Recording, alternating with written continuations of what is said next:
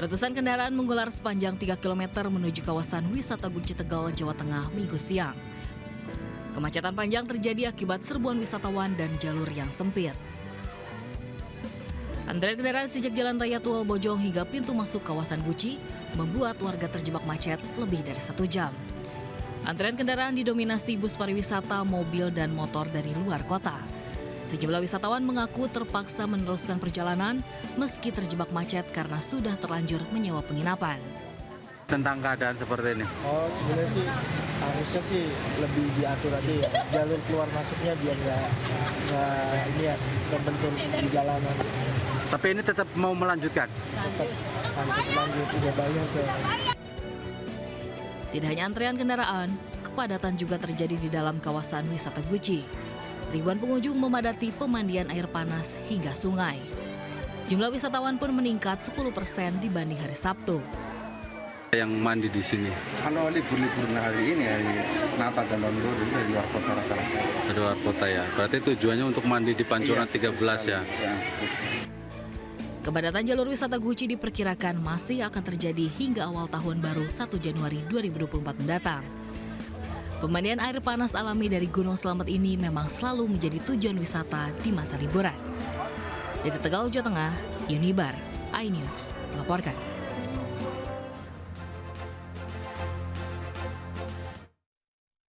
Dari berbagai daerah memadati jalur anyar hingga pertigaan Sadu, Kecamatan Soreang, Kabupaten Bandung, Jawa Barat.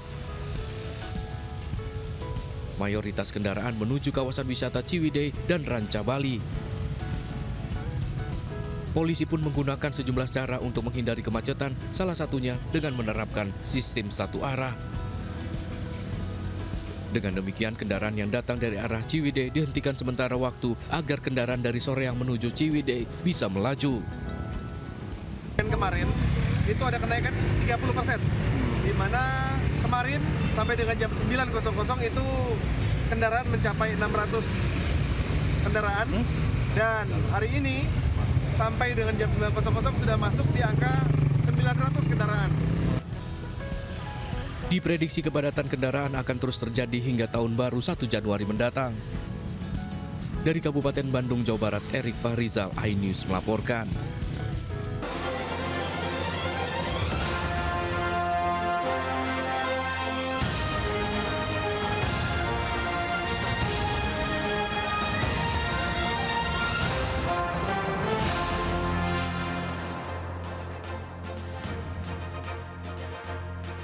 Halo pemirsa, sebagai bentuk solidaritas dan duka terhadap perang di Gaza, perayaan Natal di kota Bethlehem, tepi barat dibatalkan.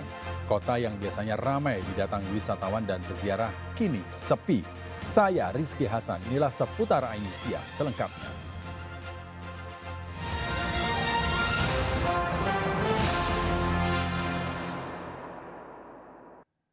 Pemirsa, bus yang membawa puluhan pelajar rombongan pramuka terguling di kawasan Bumi Perkemahan Sumedang, Jawa Barat. Akibatnya 10 pelajar terluka. Kecelakaan diduga akibat bus tak kuat saat melewati tanjakan. Ya Allah, Allahu Akbar ya Allah. Video amatir warga merekam kecelakaan tunggal bus rombongan pelajar pramuka asal Ciamis yang terguling di jalanan menanjak kawasan Bumi Perkemahan Kiara Payung, Sukasari, Kabupaten Sumedang, Jawa Barat. Menurut pengakuan sang supir, kecelakaan terjadi saat ia akan menjemput rombongan. Bus terguling akibat tak kuat di jalanan menanjak. Akibatnya 10 orang pelajar pramuka mengalami luka-luka, 3 diantaranya luka parah dilarikan ke rumah sakit. Itunya anak-anaknya udah mau pada naik, anak pramukanya. Langsung aja saya coba naik ke sini. Terus udah pada naik, udah beres, basinya udah masuk. Mau berangkat nggak kuat mobilnya. Ini ngejemput rombongan mana, Pak? Ciamis. Update kondisi penumpang kira-kira, Komandan, gimana? Sudah dievakuasi ya, ada yang trauma, ada yang luka-luka, ini kita lihat. Jadi bawa ke rumah sakit terdekat ya? Iya. Oh, tidak ada korban meninggal dunia? Tidak ada. Polisi masih menyelidiki penyebab pasti dari kecelakaan ini. Bus dievakuasi Senin pagi usai petugas melakukan pemeriksaan dan olah TKP. Dari Sumedang, Jawa Barat, Beben Haifa, iNews melaporkan. Ribuan pemudik memenuhi pelabuhan Merak Cilegon, Banten Senin pagi. Pemudik memilih menyeberang pagi hari untuk menghindari kepadatan cuaca terik maupun hujan.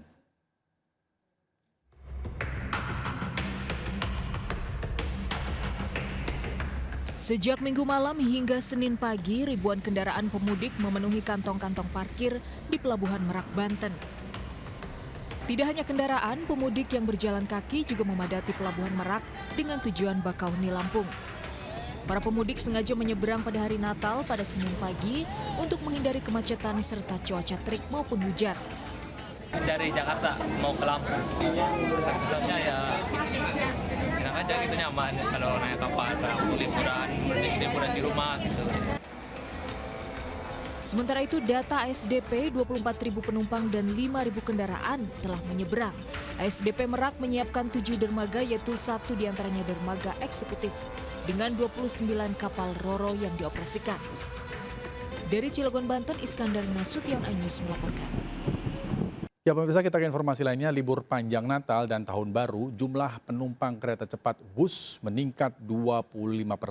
Untuk memenuhi minat penumpang berlibur ke Bandung, KCIC menambah 8 jadwal perjalanan dari 40 kini menjadi 48 perjalanan per hari dengan kapasitas 28.000 kursi.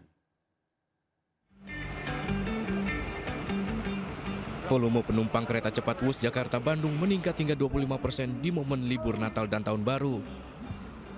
Kepadatan calon penumpang terjadi di stasiun Halim mulai dari ruang tunggu hingga ke peron stasiun. Meningkatnya jumlah penumpang ini karena banyak warga yang ingin berlibur ke Bandung.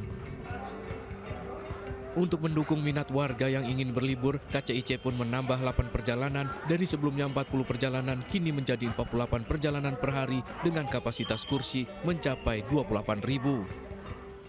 Pada momen libur Natal dan juga Tahun Baru, kereta cepat Wus menambah perjalanan sampai dengan 48 perjalanan per hari. Dengan kapasitas tempat duduk mencapai hingga 28.000 per hari. Selama periode 17 hingga 23 Desember, KCIC telah melayani sebanyak 123.000 penumpang dengan rata-rata jumlah penumpang perharinya mencapai 21.000. Dari Jakarta, Rani Sanjaya, iNews melaporkan. Pemirsa, lebih dari 27.000 kendaraan masuk jalur Puncak Bogor. Kemarin sempat terjadi kemacetan hingga 3 km di Simpang Gadok, Puncak Bogor. Dan untuk mengetahui kondisi terkini pagi ini di Simpang Gadok, kita bergabung dengan Ismalia Meidasari. Ismalia, silakan dengan laporan Anda.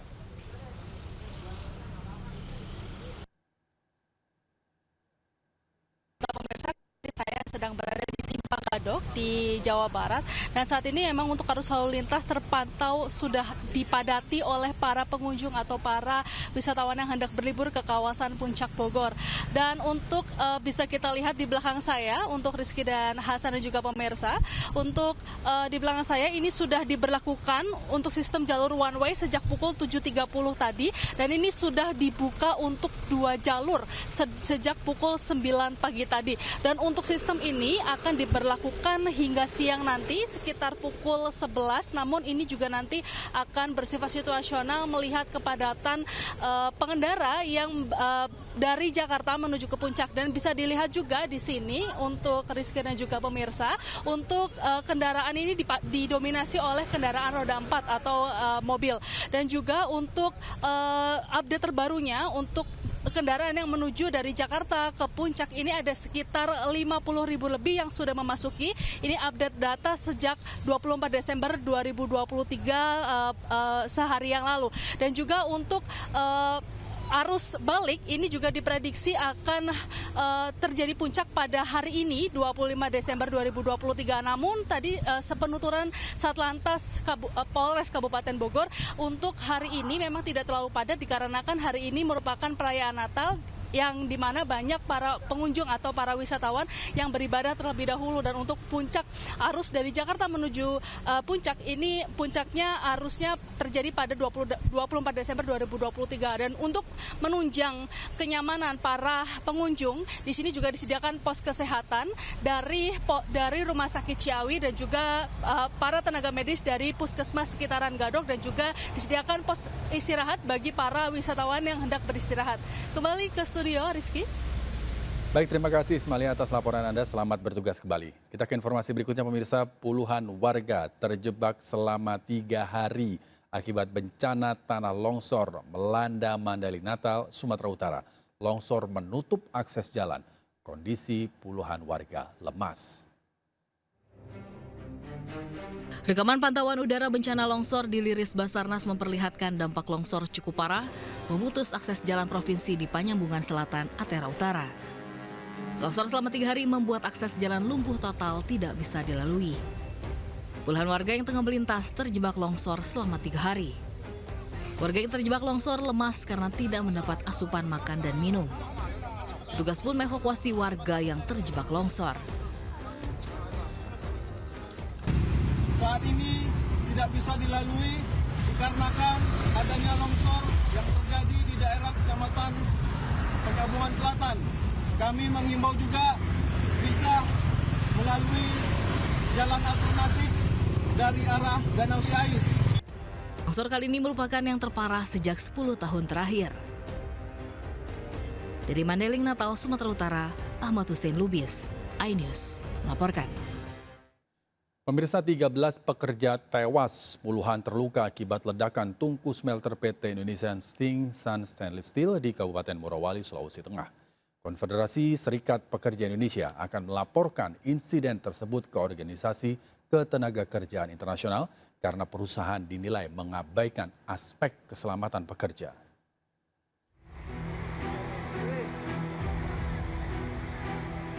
Tungku smelter milik PT Indonesia Tsingshan Stainless Steel atau ITSS di Kabupaten Morowali, Sulawesi Tengah meledak pada Minggu pagi. Ledakan terjadi saat para pekerja memperbaiki salah satu tungku pembakaran. 5 orang. Akibat insiden tersebut, 13 pekerja tewas, yaitu 8 pekerja warga negara Indonesia dan 5 pekerja asing asal Tiongkok.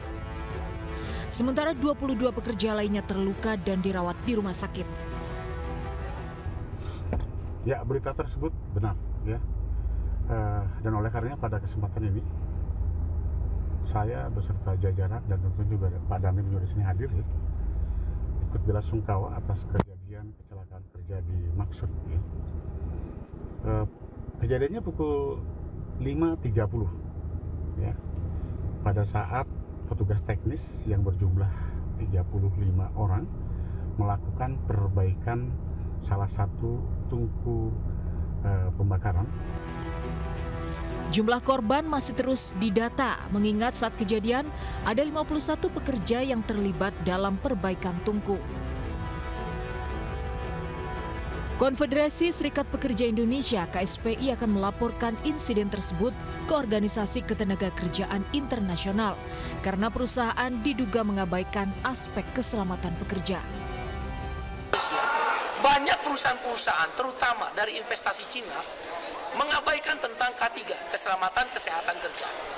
Pintu keluar yang kecil dan jalur evakuasi yang tidak jelas adalah salah satu penyebab tewasnya puluhan orang buruh yang kebakaran di PT ITSS hari ini. Maka kami minta, satu, tegakkan K3.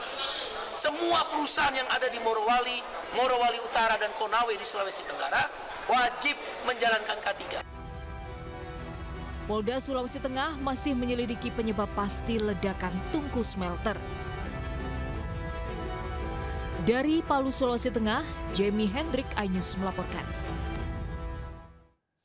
Ribuan umat Kristiani mengikuti misa Natal di Gereja Katedral Jakarta Pusat mulai pagi tadi. Sepanjang hari ini, misa di Gereja Katedral digelar dalam 3 sesi. Gereja Katedral Jakarta Pusat menggelar misa Natal 2023 mulai pagi tadi.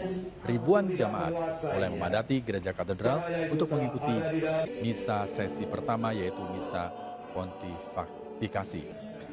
Misa digelar secara langsung dan daring pada pukul 8.30 pagi. Kemudian misa kedua atau misa keluarga akan digelar secara langsung pada pukul 11 siang ini. Sementara itu, misa ketiga atau terakhir akan digelar sore nanti secara langsung dan daring mulai pukul 17.00. Gereja Katedral menyediakan ribuan kursi bagi jemaat dan berkoordinasi dengan kepolisian untuk melakukan pengamanan.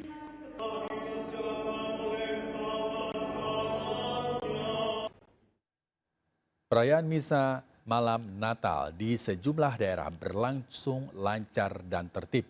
Di beberapa daerah antusiasme jemaat hadir mengikuti misa melebihi kapasitas tempat duduk gereja, namun ibadah tetap berjalan khidmat.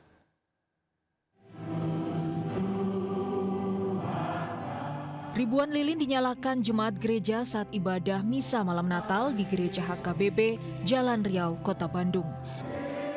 Sebanyak 1.400 bangku di lantai bawah dan atas, serta di balkon 2 lantai gereja penuh terisi jemaat yang hadir.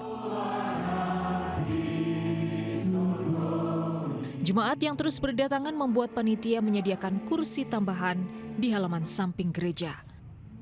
Meski penuh sesak ditambah guyuran hujan, ibadah tetap berlangsung hikmat. Kata Natal bagi kami menandakan bahwa Kristus telah lahir di dunia ini, memberikan damai Natal bagi keluarga kami dan kepada semua orang yang percaya bahwa Yesus Kristus adalah Tuhan dan Juru Selamat. Pelaksanaan Misa Malam Natal di Gereja Santo Petrus Canisius di Kecamatan Wonosari, Gunung Kidul, Yogyakarta berlangsung hikmat. Misa digelar secara unik karena menggunakan bahasa Jawa dan diiringi musik gamelan. Tradisi ini digelar secara turun-temurun selama puluhan tahun. Memang tradisi menggunakan bahasa Jawa itu sudah dari dulu. Jadi di misa-misa harian, di Eucharistia harian pada hari Minggu, misalnya Sabtu Minggu itu sendiri sudah sering ada penjadwalan. Jemaat antusias ikut ibadah misa meski harus mengikuti dari area parkir gereja. Dari Bandung dan Gunung Kidul, Tim Liputan iNews melaporkan.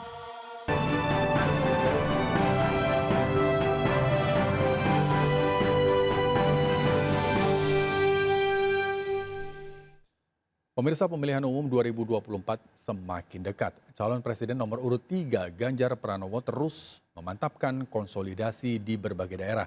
Di Sragen, Jawa Tengah, Ganjar menemui ratusan relawan, simpatisan, dan caleg partai pengusung. Setelah menggelar safari politik di Surakarta dan Karanganyar, calon Presiden nomor urut 3 Ganjar Pranowo terus memantapkan konsolidasi pemenangan. Di hari ke-27 kampanye, Ganjar tiba di Sragen, Jawa Tengah pada Minggu malam disambut ratusan relawan. Di Sragen, Ganjar bertemu dengan sejumlah caleg partai koalisi, relawan, dan simpatisan. Dengan rekam jejaknya sebagai Gubernur Jawa Tengah, Ganjar optimistis akan meraih suara besar di wilayah Solo Raya. Gen Solo Raya insya Allah solid, kita memastikan saja karena konsolidasinya sebelum saya datang mereka sudah bekerja. Jadi ada partai pengusung dengan relawan, mereka sudah kompak. Bahkan beberapa di antaranya sudah membagi tempat ya. Ganjar meminta para relawan untuk tetap solid mendukung Ganjar Mahfud untuk memenangkan Pilpres 2024. Dari Sragen, Jawa Tengah, Tim Liputan iNews melaporkan. Sementara itu, calon wakil presiden nomor urut 2 Gibran Rakabuming Raka disambut antusias ribuan pendukungnya saat menghadiri perayaan Natal di DPD Partai Golkar, Sulawesi Utara. Perayaan Natal bersama di Minahasa Utara dihadiri ribuan simpatisan dan kader partai politik Koalisi Indonesia Maju. Dalam sambutannya, Gibran meminta para pendukung dan relawan tidak termakan berbagai isu negatif dan hoax yang bertujuan menjegal langkah duet Prabowo Gibran di Pilpres 2024. Masyarakat harus proaktif menyukseskan pemilu 2024 sehingga pemilu berlangsung secara aman, damai, dan bermartabat. Wali Kota Solo tersebut mengatakan banyak orang yang meragukan kemampuannya termasuk saat debat Cawapres pada Jumat lalu. Putra sulung Presiden Joko Widodo tersebut menegaskan ia berpengalaman di debat termasuk saat debat calon wali kota Solo. Mengamati dukungan besar masyarakat termasuk kalangan muda, Gibran optimis paslon nomor 2 bakal meraih suara dominan di Sulawesi Utara. Mungkin banyak yang was-was. Sementara itu pemirsa, calon presiden nomor urut 1 Anies Baswedan menggelar kampanye di kota Semarang, Jawa Tengah Minggu sore. Di hadapan ratusan mahasiswa di GOR Jatidiri, Anies membeberkan sejumlah program kerja, diantaranya rencana membangun 40 kota baru. Kehadiran Anies Baswedan di GOR Jatidiri, Semarang, Jawa Tengah disambut meriah ratusan mahasiswa dan pengurus parpol pengusung. Kampanye Anies di hadapan ribuan mahasiswa dikemas dengan diskusi dan kalibrasi. Salah satunya membahas rencana pembangunan 40 kota baru yang sempat dipaparkan Muhaimin Iskandar dalam debat kedua pada Jumat lalu. Anies menjelaskan rencana itu bukanlah membangun kota baru dari lahan hutan seperti Ibu Kota Nusantara, melainkan menjadikan kota-kota yang ada untuk ditingkatkan agar menjadi setara dengan Jakarta. 40 nantinya akan ditingkatkan menjadi simpul ekonomi dan tempat urbanisasi baru.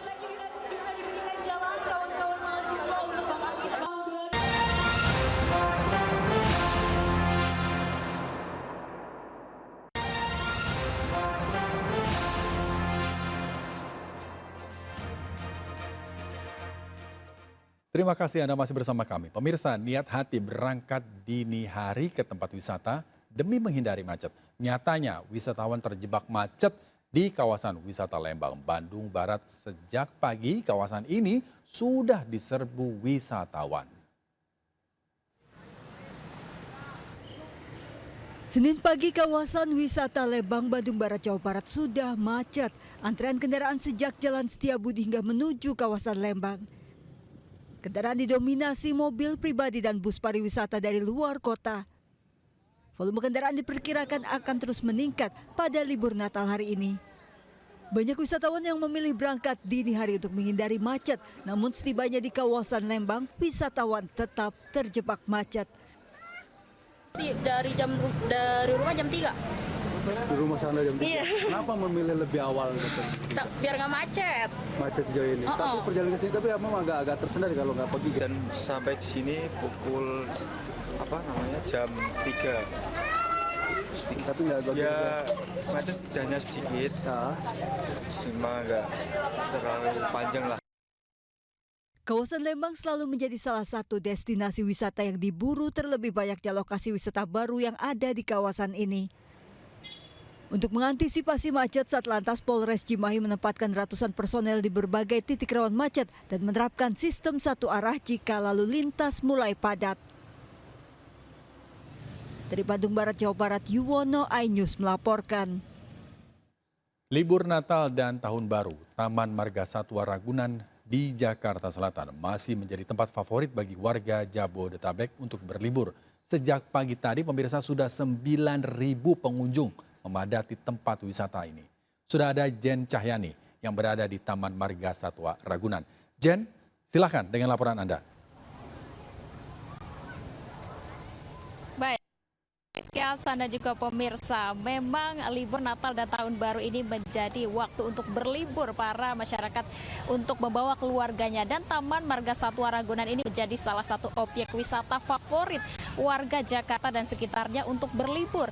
Dibuktikan dengan kenaikan pengunjung atau wisatawan sejak hari kemarin, puncaknya sudah 8.000 pengunjung atau wisatawan yang datang, dan pagi ini sudah ada 9.000 wisatawan yang datang dan akan terus naik hingga sore nanti, dan diprediksi akan terus naik hingga puncaknya pada Tahun Baru nanti.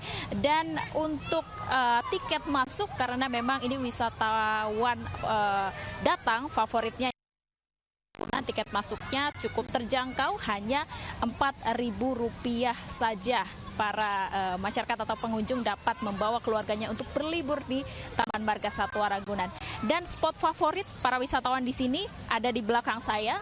Ini tempat burung pelikan, dan sejak pagi tadi hingga saat ini wisatawan masih berdatangan untuk memadati spot burung pelikan ini untuk menikmati kawasan di sini. Dan bagi para pengunjung ini ada imbauan dari pihak Marga Satwa Ragunan, karena memang naiknya pengunjung atau kepadatan di sini, diimbau kepada mereka untuk menjaga barang bawaannya sendiri dan juga mengingat COVID-19 ini angkanya kembali naik dan juga diimbau kepada para pengunjung atau wisatawan untuk membawa perlengkapan pribadi antisipasi cuaca yang buruk karena memang sejak pagi tadi terpantau cuaca agak sedikit mendung. Demikian laporan dari Taman Marga Satwa Ragunan. Saya kembali di studio Rizky Hasan. Baik, terima kasih Jen Cahyani melaporkan langsung. Dan pemirsa, kita ke informasi berikutnya. Libur Natal dan Tahun Baru, putra Ganjar Pranowo, Alam Ganjar, memilih berlibur bersama followernya ke Cirebon, Jawa Barat. Alam Ganjar memilih berkendara dan menyetir mobil sendiri dari Jakarta menuju Cirebon bersama beberapa anak muda. Bagaimana keseruannya? Berikut liputannya untuk Anda. Memanfaatkan libur Natal, Muhammad Zinedin Alam Ganjar mengajak beberapa anak muda untuk berlibur bersama di Cirebon, Jawa Barat. Alam berkumpul bersama beberapa orang di kawasan Kuningan, Jakarta Selatan untuk bertolak ke sejumlah tempat kuliner maupun budaya di kota Cirebon. Dalam pelesiran ini, Alam Ganjar mengendarai sendiri mobilnya, sementara beberapa anak muda yang merupakan penggemar Alam berada di kursi penumpang. Beberapa anak muda ini merupakan warga Cirebon yang tinggal di Jakarta dan merupakan follower Alam di Instagram. Sesampainya di Cirebon, Alam mengunjungi salah satu restoran legendaris yaitu Nasi Jamblang Bu Nur untuk bersantap siang. Usai wisata kuliner, putra dari Capres nomor urut 3 tersebut masih akan mengunjungi beberapa tempat yang ada di Cirebon sebelum berangkat ke Semarang. Tim Liputan iNews melaporkan. Pemirsa, terjadi peningkatan wabah demam berdarah di kota Metro Lampung sepanjang tahun 2023 ini. Dari 110 kasus demam berdarah yang tercatat, 2 diantaranya meninggal dunia.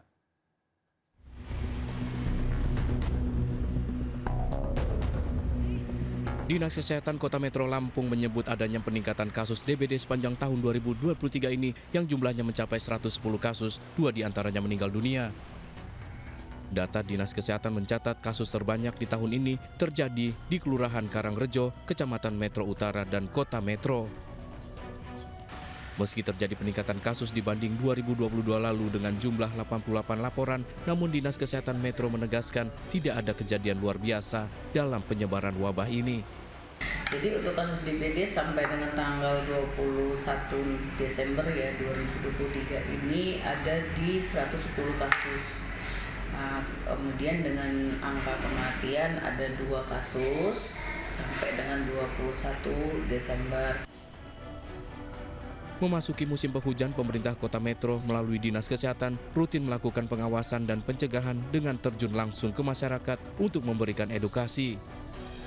Warga diimbau untuk lebih peduli terhadap kebersihan lingkungan dengan menerapkan 3M, yaitu menguras, menutup tempat penampungan air, serta mengubur barang bekas yang bisa menampung air. Dari Kota Metro Lampung, Tinus Ristanto melaporkan.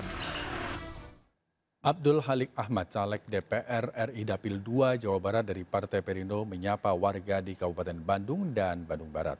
Selain menyerap aspirasi serta mengenalkan visi misi partai, Ketua DPP Partai Perindo bidang keagamaan ini juga mensosialisasikan program unggulan Capres Cawapres nomor urut 3 Ganjar Mahfud.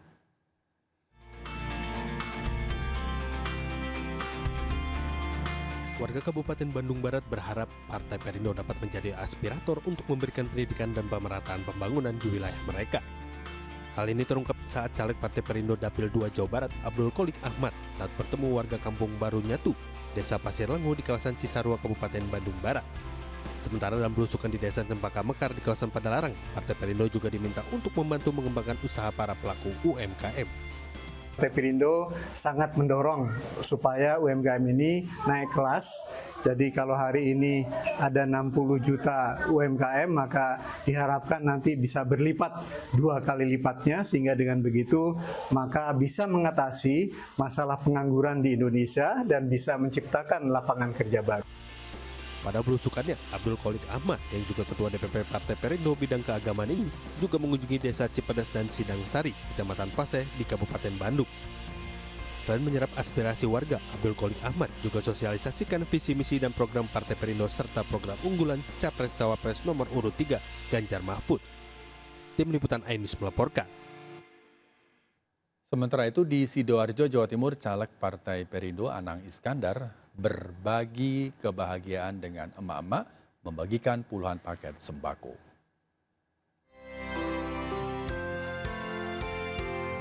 Caleg DPR RI Dapil Jatim 1 Partai Perindo Anang Iskandar bertemu dengan puluhan emak-emak di kawasan Jabon, Sidoarjo, Jawa Timur pada momen Hari Ibu tanggal 22 Desember 2023. Selain mengenalkan diri sebagai caleg Partai Perindo, Anang Iskandar yang juga Ketua Badan Narkotika, Korupsi dan Terorisme Center DPP Partai Perindo berbagi kebahagiaan dengan memberikan paket sembako. Bertepatan dengan hari itu ya, karena sekarang ini kita melakukan kampanye dan ketemu dengan ibu-ibu semuanya ya, dan dalam rangka untuk sosialisasi Partai Perindo ya, agar semuanya mendapatkan kebahagiaan pada hari ibu ini. Sangat membantu sekali. Harapannya apa sekarang?